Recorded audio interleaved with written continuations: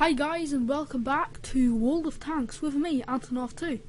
And today I'm coming up with another garage review, and it will be about a tank that has been waiting to be reviewed in my garage for a very long time. I'm talking about the IS-4 Tier 10 Russian heavy tank. And the reason why I haven't reviewed this tank for quite a while, although I've had it in my garage, is because I first of all had to have a few games in it, or I had to have plenty of games in it before I kind of figured out how to play with this tank and feel ready to give you tips about it and so on. But anyway, I do now, and yeah, this is my very first Tier 10 heavy tank that I got. It's my only Tier 10 heavy tank at the moment on the live server. I'm grinding my way up to the Leopard 1. I've already got the Prototype A here, but this is the Tier 9 tank of the line. But at the moment, this is my only Tier 10 tank. And I must say, in retrospect, if I could change my decisions I made at the start when I began playing this game, I would, and I would try to go down another tank line. Because, well, I like this tank, I really do. I like it a lot, but it isn't good. It isn't a very good tank at all. At least I don't think so, not for a Tier 10 tank. But as I said, I like it. Well, we'll just have a look at it in the tech tree. It's here, it's the Tier 10 tank of one of the two Russian heavy tank lines. The other one leading up to the IS-7. And they both divide up after the KV-1, and this lower line mostly consists of KV tanks, and then the STI comes, and then the IS-4.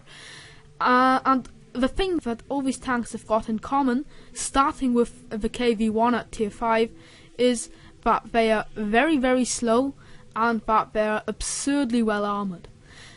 The KV-1 is very well armoured, T150, the same with the KV-3.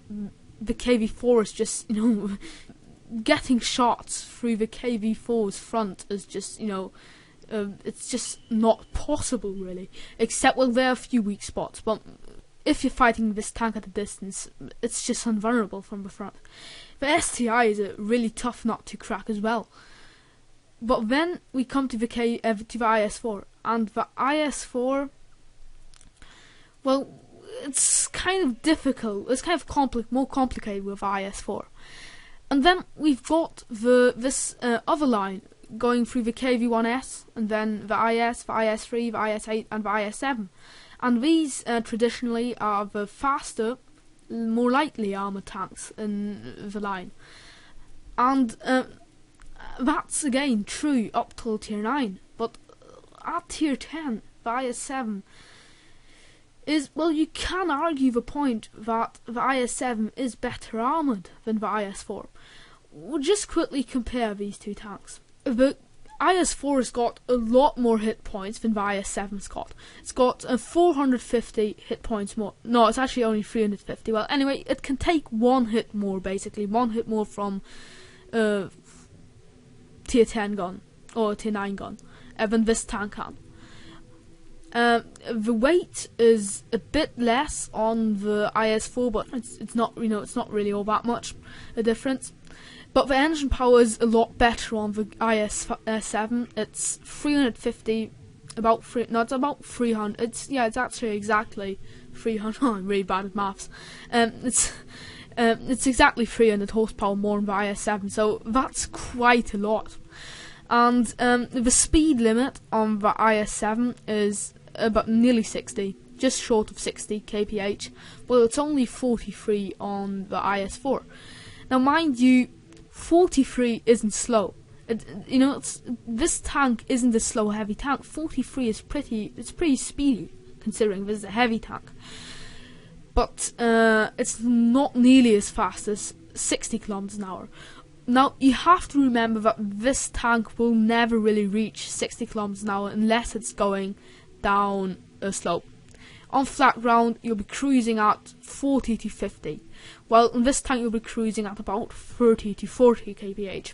So, it's still quite a difference there, and the IS-7 is definitely the more mobile tank of these two. The traverse speed, the IS-4's got a bit better traverse speed, 2 degrees faster. Well, let's face it, both of them don't really turn all that fast. Then we come to the armor, and the armor is one of the 2 points, one of the 2 stats where I think, where is the point in getting the IS-4? Now, the frontal hull armor of the IS-4 is less, actually, than the armor of the IS-7. It's not a lot less, it's only 10mm less, but still, you know, it is a difference. And the thing about the armor in the IS-4 compared to the armor of the IS-7 is that the armor of the IS-7 is angled a lot better. And the IS-7 is one of these tanks that if it's facing you head on, you've just got no idea where to shoot it. Because it's got this kind of pike nose and everything will ricochet if you're facing it head on. And E-100 will ricochet, Jagdpanzer E-100, everything really ricochets from this pike nose. And the turret is insanely well armoured, so forget the turret. And then the low glacis on the IS-7 is, for one thing, really tiny, and then it's sloped and angled, like insanely well. So, the thing with the IS-4 is that the armour, well, I'll just quickly go back to the garage to show you, to explain the armour of the IS-4 to you. Now, the armour of the IS-4 is angled as well, but not quite as well as the armour of the IS-7. It's sloped back, and I'd say that's nearly, if that isn't exactly a 45-degree angle, it's getting on for being one. That's quite a steep angle. And then there are these 2 cheeks here.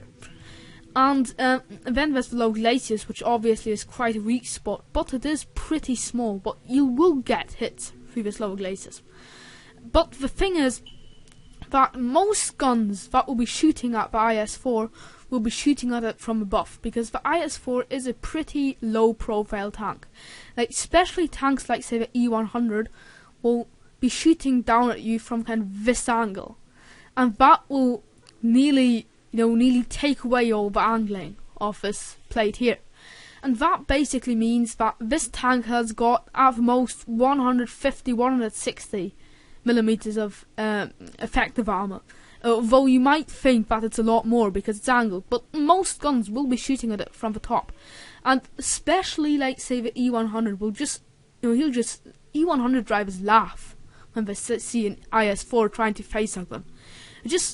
Well, if you facehug them, it's a bit difficult for them because of the gun depression, but, IS-4s driving up to E-100s, the E-100 will just shoot its bullet right for your upper glacis, and it will do 600 to 700 damage and wreck your drive and whatever.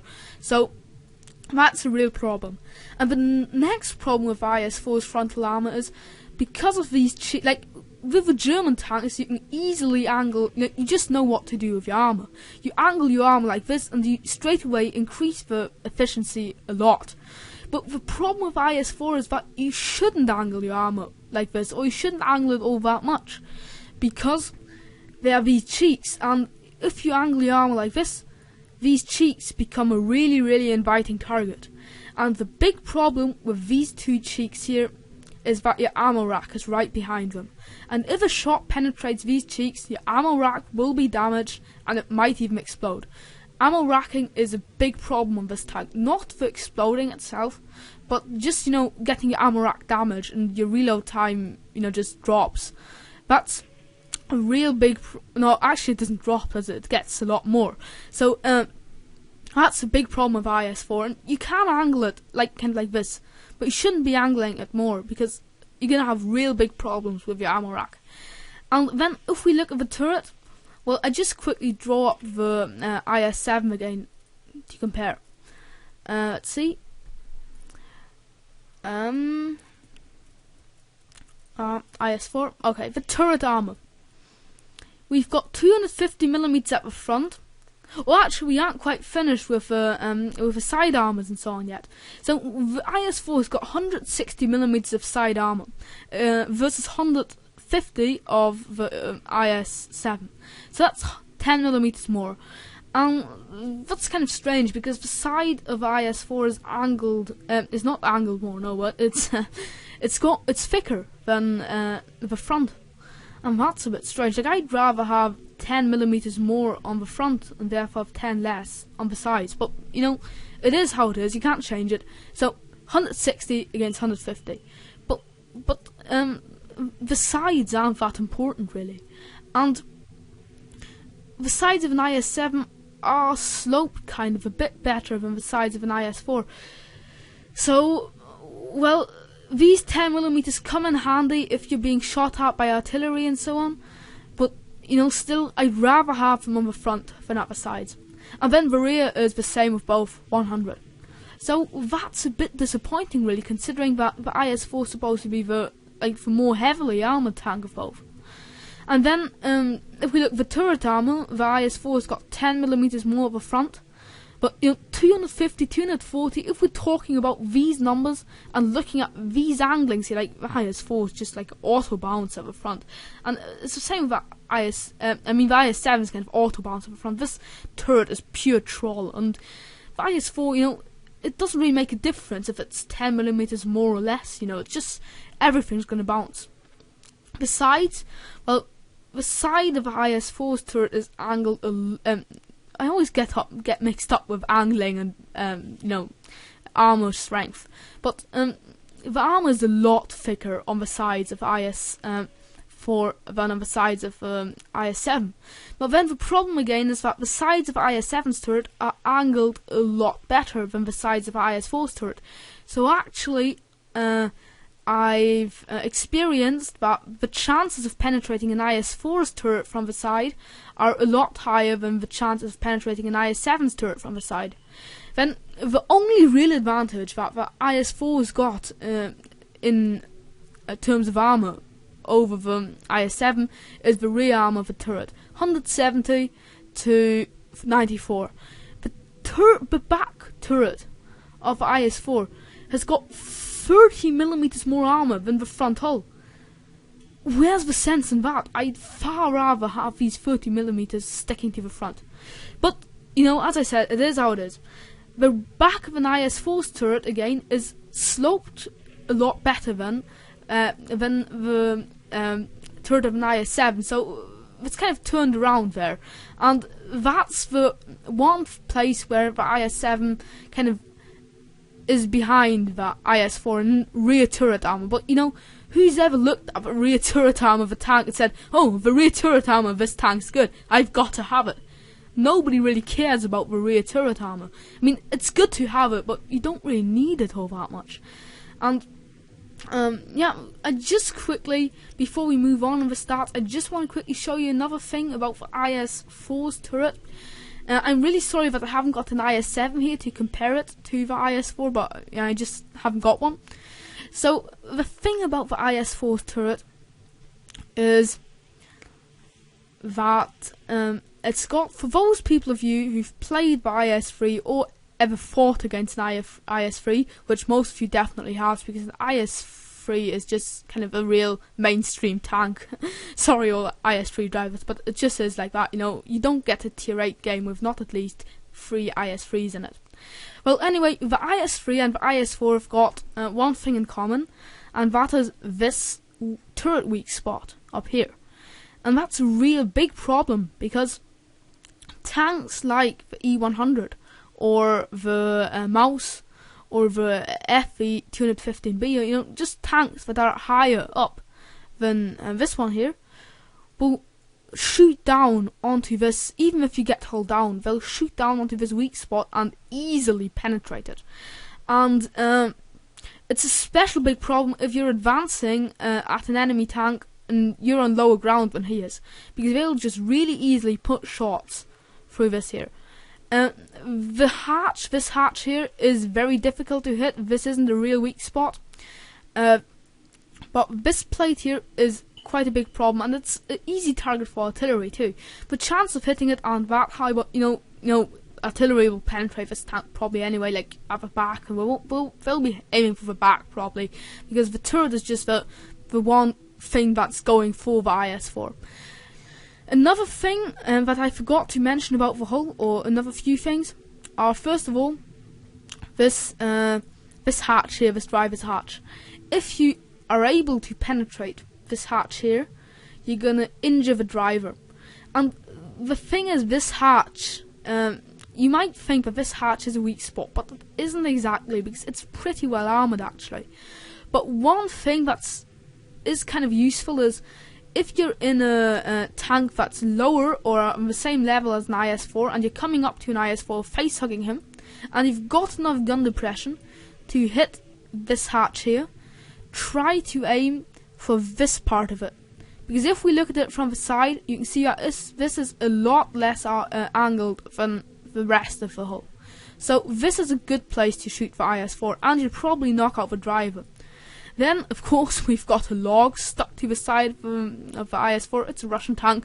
Nearly all high-tier Russian tanks have got, the good old log sticking to the side. And then we've got, on the other side, we've got a whole pile of boxes and so on. So that's pretty good. That's pretty good spaced armor there. So that comes in handy, and the side armor of IS-4 is pretty good.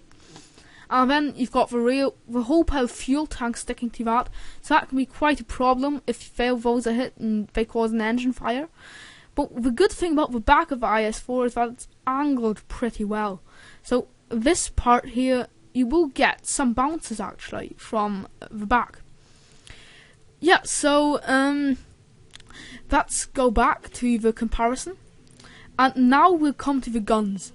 And the guns are the part where it gets really, really interesting. You've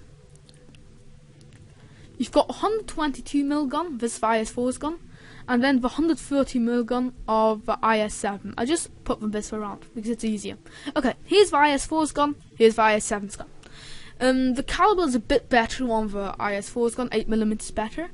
The rate of fire is better on it's half a minute better actually on the IS-4 about.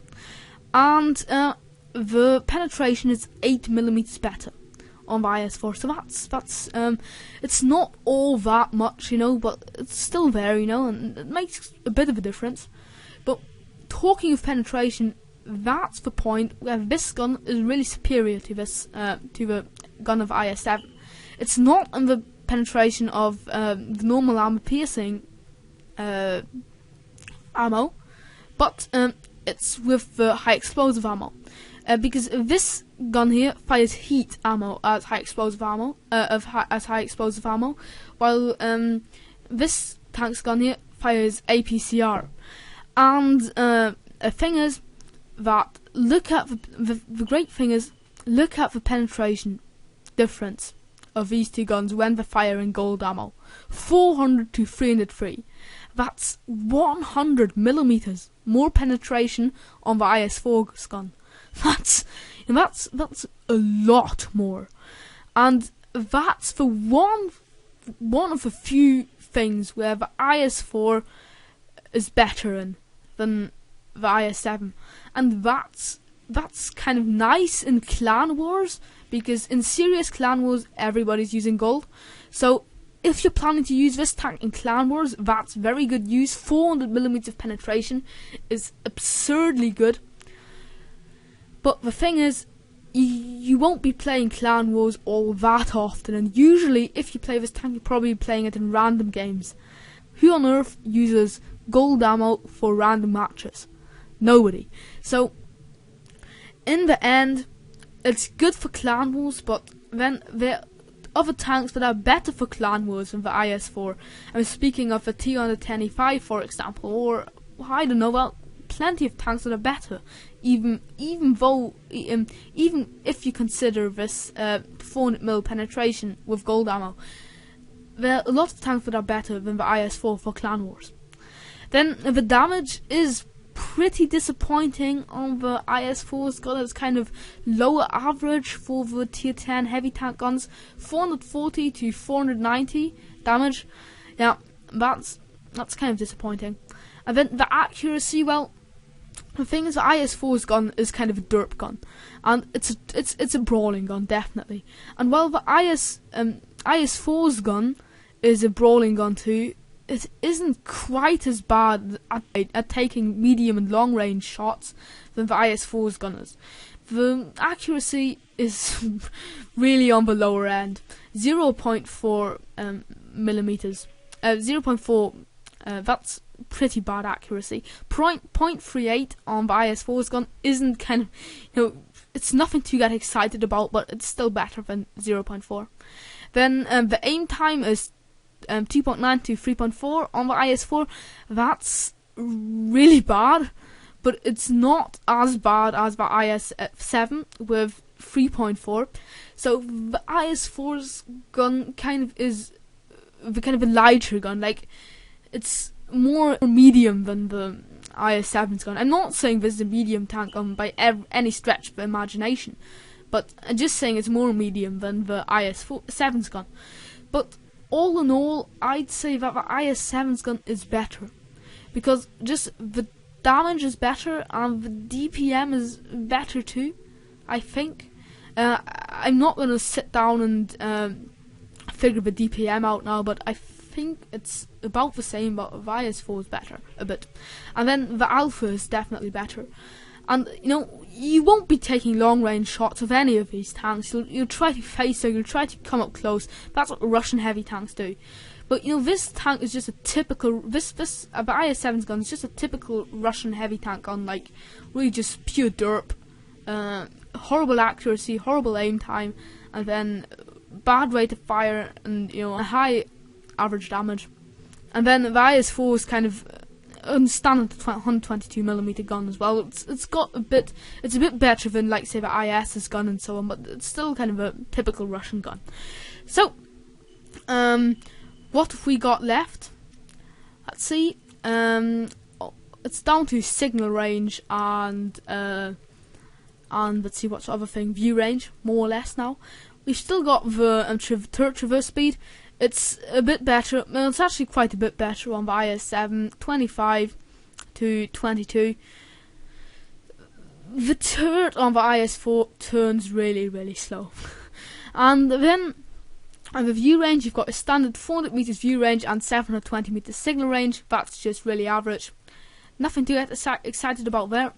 So, yeah, all in all, I must admit, I think the IS-7 is a better tank, but the IS-4 it's one of the kind of worse tier 10 heavy tanks, but I think it's still a very, very nice tank, and I really, really like it. Although I don't think it's very good, I really like it.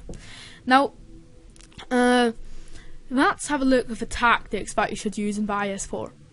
And one thing is that this tank, if you can get hull down on this tank, you've won. If you can, the thing is, you should try to stay at kind of about 100 meters distance. If you're at 100 meters distance to your target, 200 meters is alright still, but if it goes over 200 meters, you're going to have problems with your accuracy. But 100 meters is fine, and you get hull down, say, behind a hill, or say in Ruinberg, in these arty holes, these arty shell holes that are in the map. If you can get hull down, you've just won, because even the back of your turret is insanely well armoured, and the back of your turret is armoured better than most tier 10's frontal armour.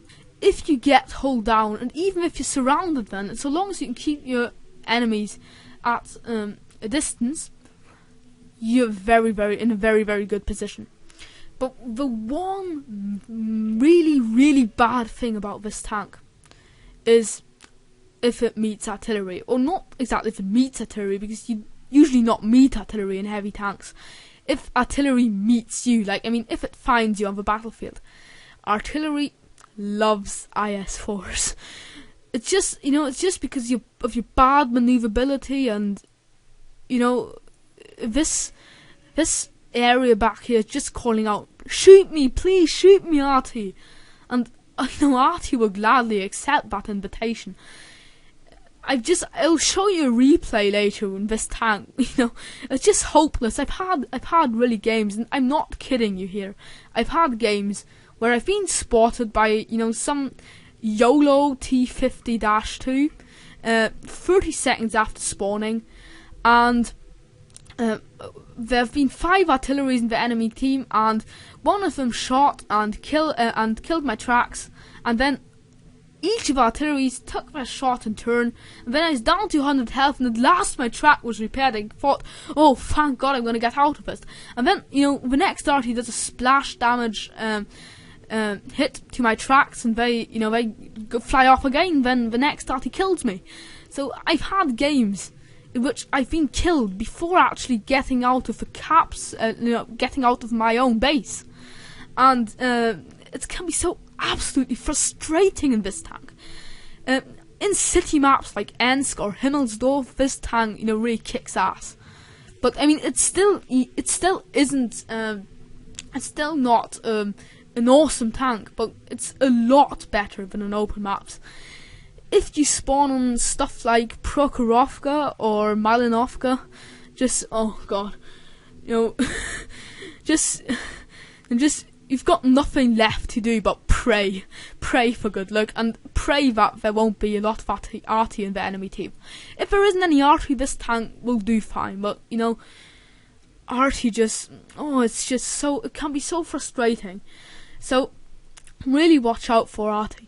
Then one thing I forgot to say when I was talking about getting hull down in this tank is the gun depression is pretty good for a Russian tank.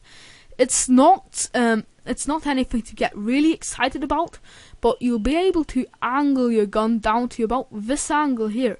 That's not bad for a Russian tank at all, and it will really help in some situations. So that's really useful. And then one thing is, I said that already earlier in this preview, but I just want to say it again because it's pretty important. Never forget, these parts are kind of access ways to your ammo rack. If you angle your tank, which you should, try to do it at not a bigger angle than this. Maybe this, but definitely not more than this. If you drive round corners or so on like this, enemies will shout out, "You hooray! IS-4 ammo rack!"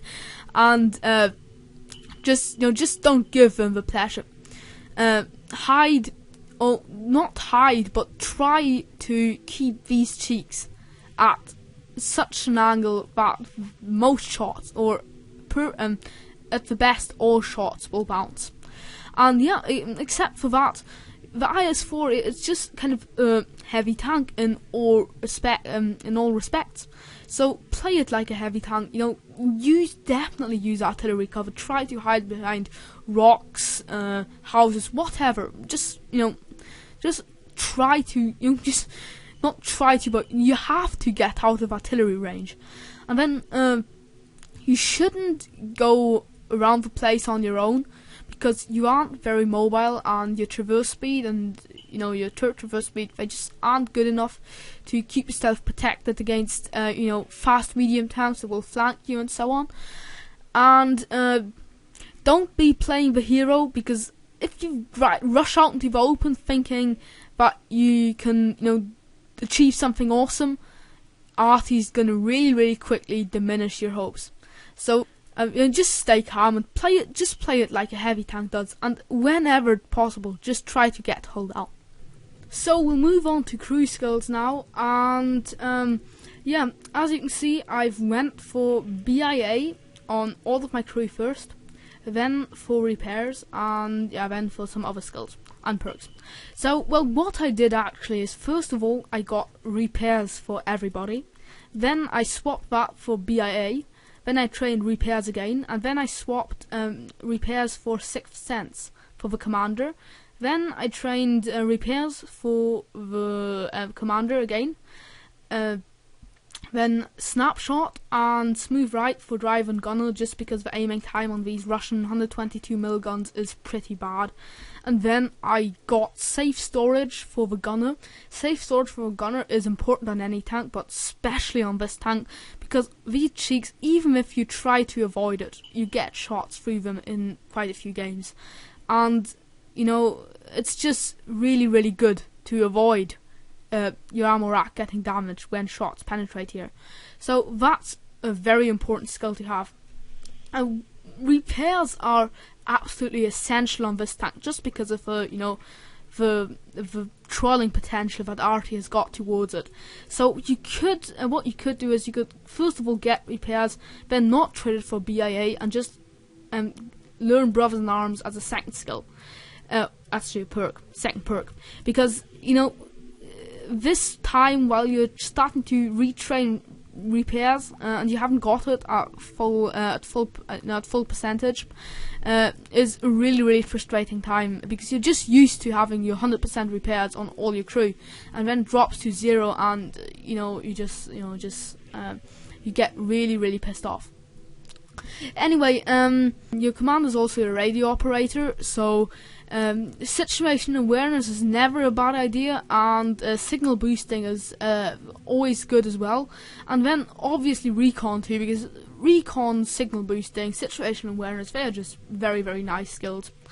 Then the driver, you definitely want to have, the gunner. I always get mixed up with driver and gunner. The symbols look pretty similar too.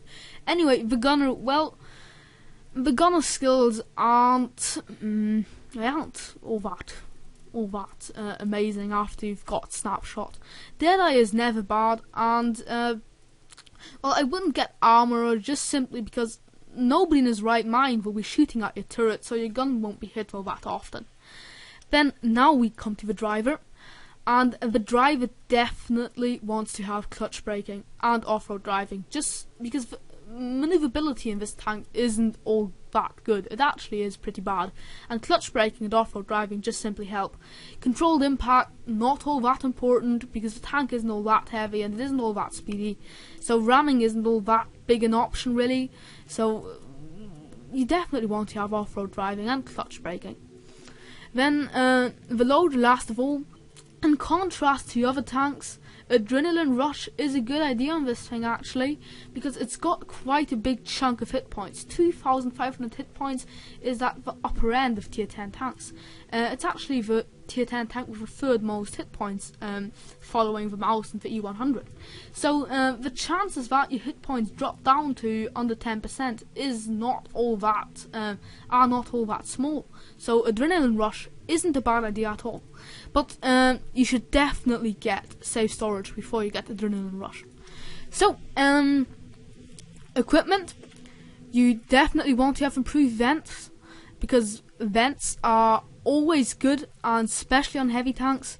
Then the tank gun rammer is also very important, because yeah, it's just a Russian 122mm, reload time's really bad, so get that.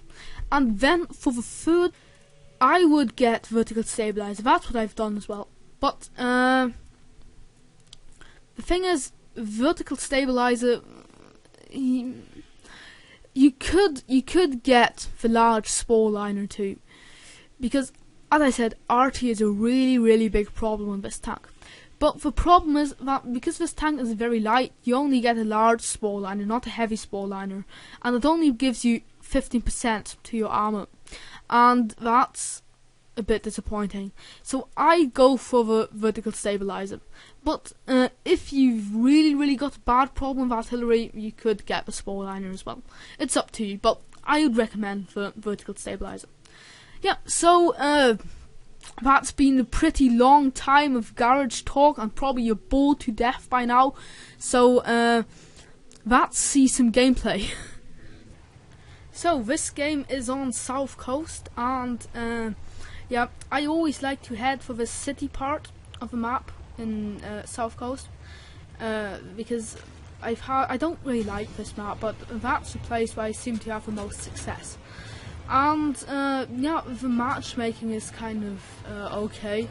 What I'm gonna do is I'm gonna locate behind this house corner and see if I can support my teammates when they've got problems at the beach with tanks coming up there.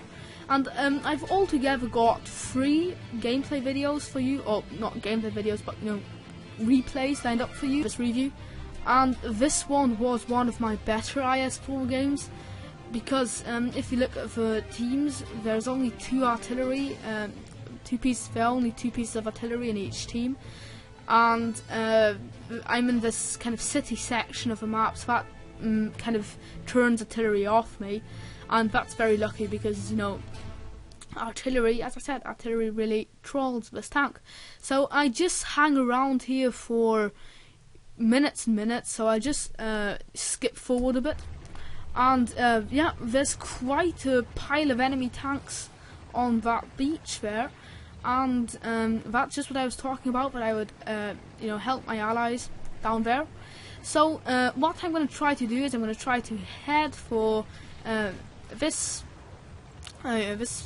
part of the map just here in front of me, and then I try to attack those guys there from the rear. So there's an IS-3, an Object 704, T-75 Heavy and an E-100, and I bounce off the front of an Object 704, and I was in a very, very bad situation there because I was trapped with my lower glaciers hanging over the that ridge there, so they could have very, very easily penned me with every shot. Even the IS-3 could have penned me. So I decide to repair my track. And there's a T-10E4 there, and I only track him with my first shot, so that's a real shame. And although this T-10E5's it's not an E4, sorry, it's an E5, and although he's down on only 140 health, I've kind of got respect for him because before him, because he's a better tank than me. And now that I've killed him, I'm gonna turn my attention back to that E-100 and the T-75 Heavy that are still down there. And the E-100 is giving me the side of his turret, but my first shot only hits the ground, so that's a shame. And I'm a bit afraid of poking my nose over that ridge because the T-75 Heavy is aiming at me. And thank God the second shot hits the E-100, and that's a pretty high damage roll, 470 HP. That's nice on this gun. And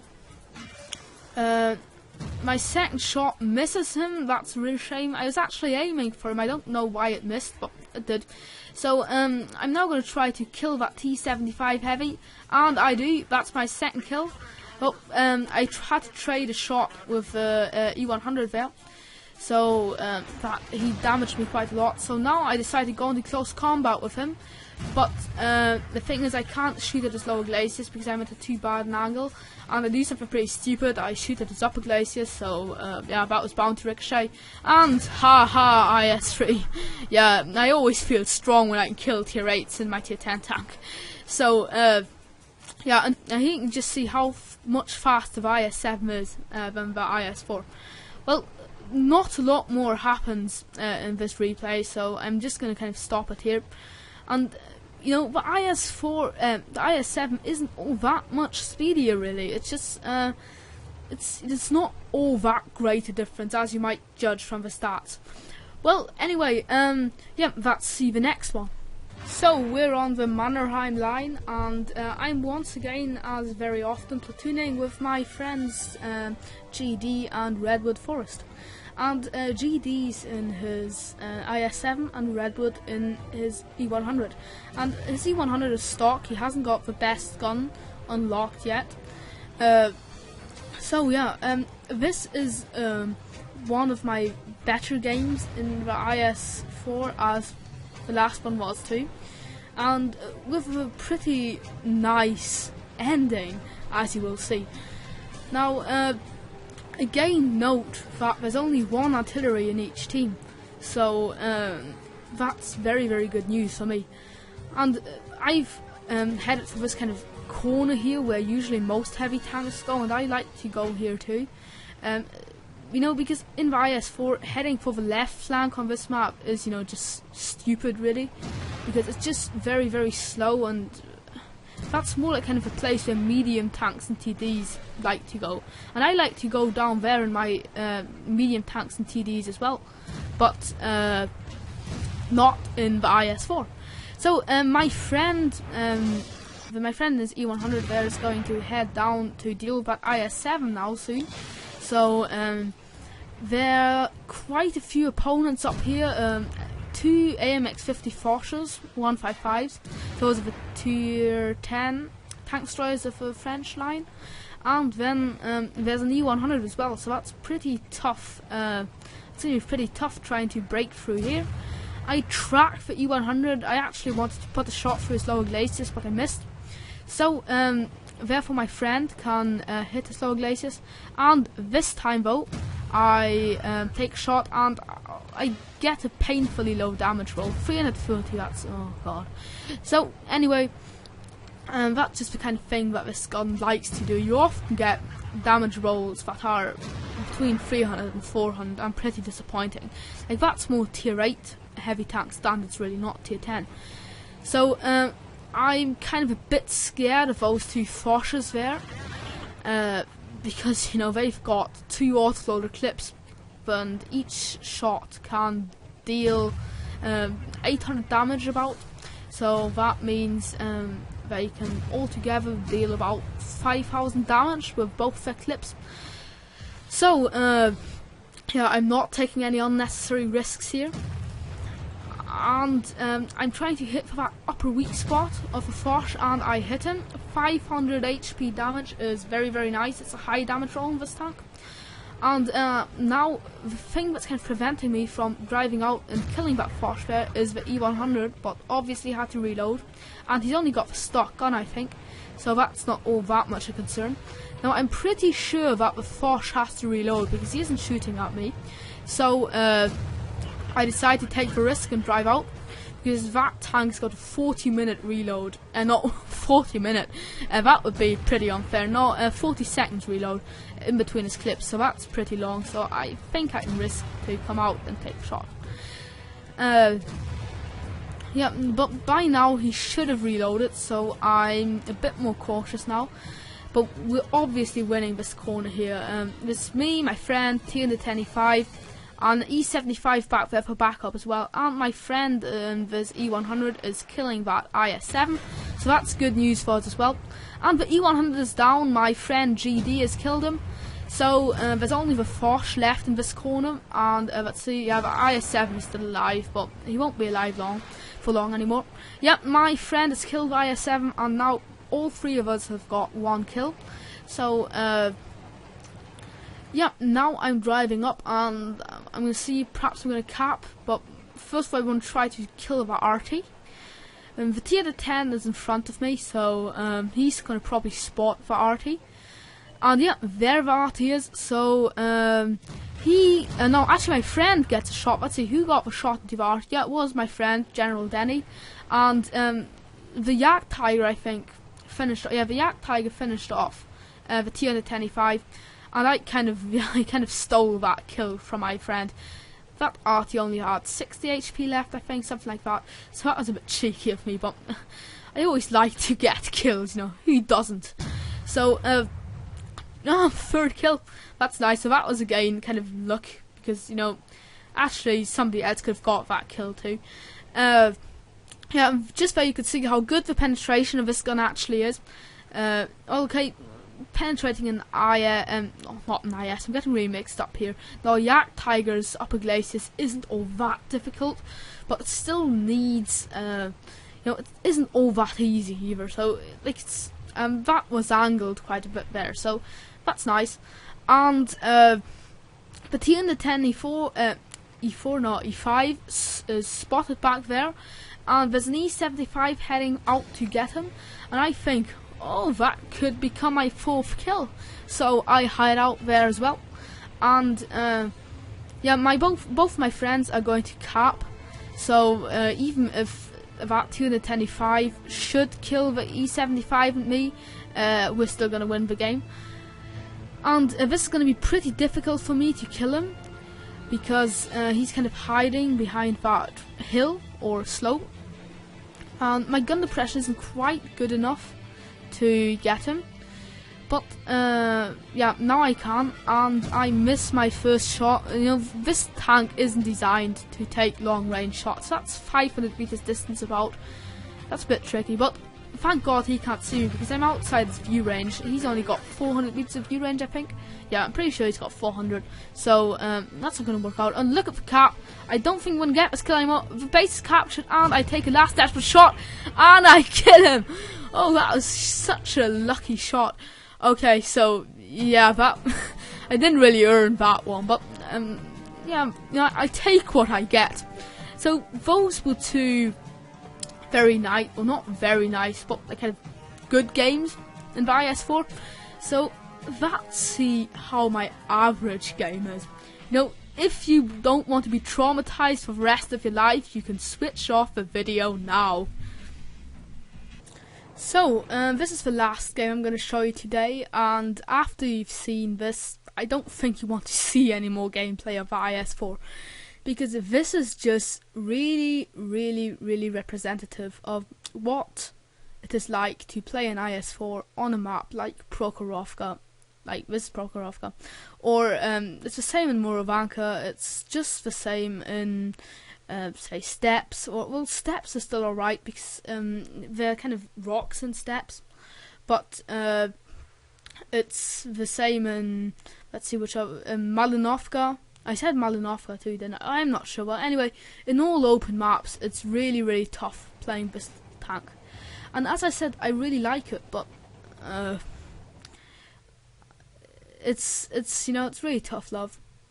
So I'm trying to get a shot at any of these tanks that are poking their noses out here, and I finally get a chance to shoot at the track FE 4002, but he repairs, so well, that shot would have missed anyway.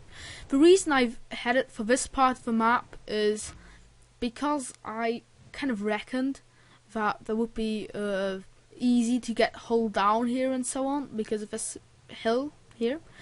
And there's a T-110E5 there, and I try to aim for his low glacis, but my gun depression doesn't quite allow for it, so he only tracks me, which is kind of lucky. And although there only is, if you look at from teams, there's only one RT, and it's only a tier 6 RT, but you know, all the same, just wait and see. So E75 is coming up, and I shoot at his low glacis. I was a bit disappointed that he didn't burn. I just really love it if you're fighting German tanks and you shoot the low glacis and we just, just torch them. It's real fun. So anyway, yeah, till now, an E75 and T-110E5 in front of me, and there's a whole pile of scouts, here to my left, and a T-28, and there's a Centurion. So I tried to shoot the Centurion, but as a blind shot, I knew that would miss. A great thing about the IS-4 is that its ammo is kind of cheap, considering how, considering that it's tier 10. It costs thousand and something, about 1,000 credits a shot with normal ammo. So that's kind of alright, and I ricochet from FE 4202. That's a medium tank, and it isn't a very heavily armoured medium tank. So, oh, that's disappointing. And look, I'm just absolutely being trolled. Look, that's this GW Panther with his bloody fast reload time. Oh god, and I'm just being slaughtered here. But I can't do it. Where would you go on this map? I can't go for this city here because well, I wouldn't get into the city alive, and then I would be, if I got into the city, I'd be sniped from that ridge. So I hate going in. I've tried really often going into the city in this map with heavy tanks. It has never worked out. The only real place where I am successful with heavy tanks is that kind of alley over there. So that's where I'm gonna head next time again. I just want to experiment this time, and it didn't work out at all. So I'm down to 134 HP, and I kill the E75 with a shot through his commander's hatch, and that was kind of the last thing I did back. And just right after that, the GW Panther killed me. And that's just what I mean. The GW Panther got 3 shots into me during this game, and then the E75 and the T-110E5 softened me up. In the meanwhile, I got some scouting damage, I guess, for the T-110E5 because he's dead there. So that's nice, but all the same, this was a bloody awful game, and that's just the kind of shit I have to put up with all the time when I'm driving the IS-4. So let's go back to the garage for conclusion. So before I give you my final opinion to this tank, there's just one thing I just want to quickly say that I forgot in the replay you just saw, and that is, I was talking about maps that this tank hates, and I was saying it hates stuff like Prokhorovka, Malinovka, Murovanka, all those maps. But there's one map that hates, or there are actually two maps that it hates over all others. And one of them is Malinovka. Playing this tank on Malinovka is a bloody nightmare. I've got no idea where to go. You can't do anything. And then the second map is Redshire. I mean, I hate Redshire anyway. Redshire is one of my absolute hate maps. But in the IS-4, it becomes my hate map times 10. So that I just want to quickly tell you that. Anyway, after the last replay, you might think that I'll tear this tank to shreds now, but I actually won't, because I really like the IS-4. I've said so in this review before, but I have to say it again. I really like this tank. I think it's a nice tank. I just don't think that it's very good. Or I think it's good really, but the problem is it just isn't as good as the opponents that it has to put up with, like the T-125, the IS-7, E-100, all these tanks. It isn't as good as them, but it still is a very nice machine, and I've got real fun driving this tank, so long as I don't have to drive it in open maps. In maps like Himmelsdorf or no, not Prokhorovka, definitely not Prokhorovka, but in maps like Himmelsdorf or Ensk, this tank really excels. And yeah, as I said, I really like it. But the thing is, if you want to get a Russian heavy tank, I'd really recommend the IS-7. The IS-7 is, it does the same thing as the IS-4 does, more or less, only it does it better. So if I were you, if I had the choice, I'd get the IS-7. So yeah, that's more or less it. As I said, a very nice tank, and I took almost a year to grind my way up to the tech tree to get this one here. And I kind of regret it a bit, but it's still a very nice tank, and I really like it. Yeah, so thanks for watching a lot. That was a really long review. I think it might be my longest yet. So I hope I didn't bore you all too much, and if I didn't, why don't you give me a thumbs up, subscribe to my channel, and yeah, see you next time, and bye bye.